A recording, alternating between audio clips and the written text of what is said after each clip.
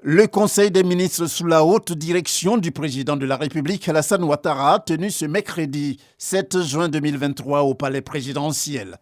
Première grande décision, c'est le projet de loi sur les règles procédurales du régime de l'extradition. Ce texte prévoit, suivant les principes fondamentaux des droits de l'homme et de la personne humaine, les différentes étapes de la procédure lorsque l'extradition est requise par un État, selon la voie ordinaire ou en cas d'urgence.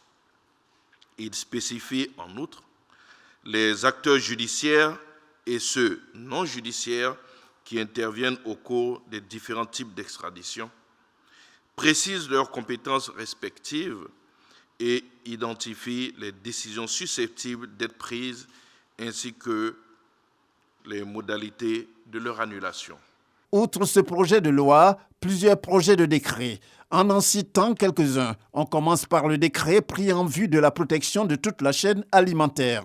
Ce décret est un décret modificatif du décret du 22 mai 2013 portant attribution, organisation et fonctionnement du Laboratoire national d'appui au développement agricole, dénommé donc en abrégé l'ANADA. Ce décret vise à mettre en place un dispositif de contrôle des denrées alimentaires en cohérence avec les standards internationaux, et cela dans le but de couvrir tous les secteurs de la chaîne alimentaire. Il renforce les missions et les capacités du LANADA afin de protéger davantage les consommateurs ainsi que notre économie nationale. À noter par ailleurs la mesure prise par le Conseil en lien avec la réglementation des aménagements en matière de boulangerie. Ce décret détermine, dans cette perspective, les conditions techniques de construction et d'aménagement d'une boulangerie, ainsi que les conditions spécifiques d'ouverture et d'extension des activités de boulangerie.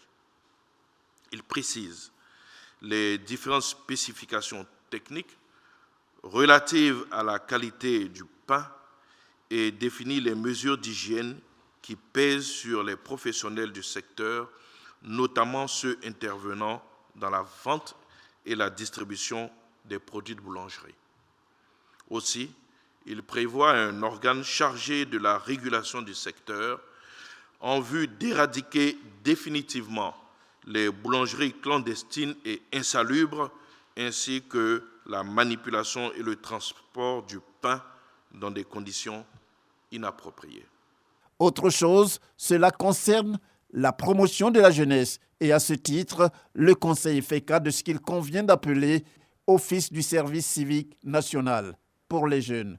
Ce décret porte sur l'attribution, l'organisation et le fonctionnement de l'Office du service civique national, en abrégé OSCN.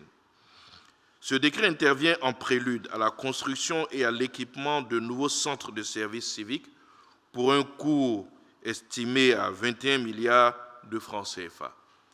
Ces nouveaux investissements devraient permettre de prendre en charge 60 000 jeunes à l'horizon 2025. Il réorganise le mode de gestion de l'Office du service civique national en faisant l'option d'une nouvelle gouvernance axée sur une gestion décentralisée et flexible en vue d'une prise en charge appropriée et efficace des grands effectifs de pensionnaires prévus.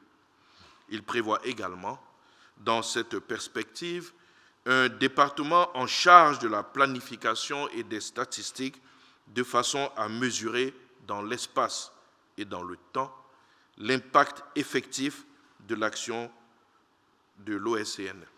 Aussi, faut-il noter à la suite de cette réunion du Conseil la réaction du porte-parole du gouvernement à la question d'un journaliste relative à la conférence de presse annoncée par le PPACI sur l'augmentation prochaine du prix de l'électricité en Côte d'Ivoire et toujours selon ce parti, à la demande du FMI.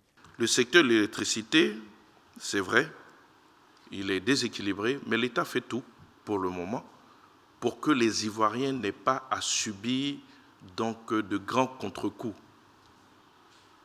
Et l'État continuera de le faire.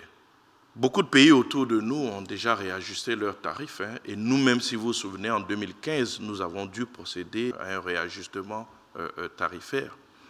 Si ce réajustement s'impose à nous, nous le ferons et nous l'assumerons.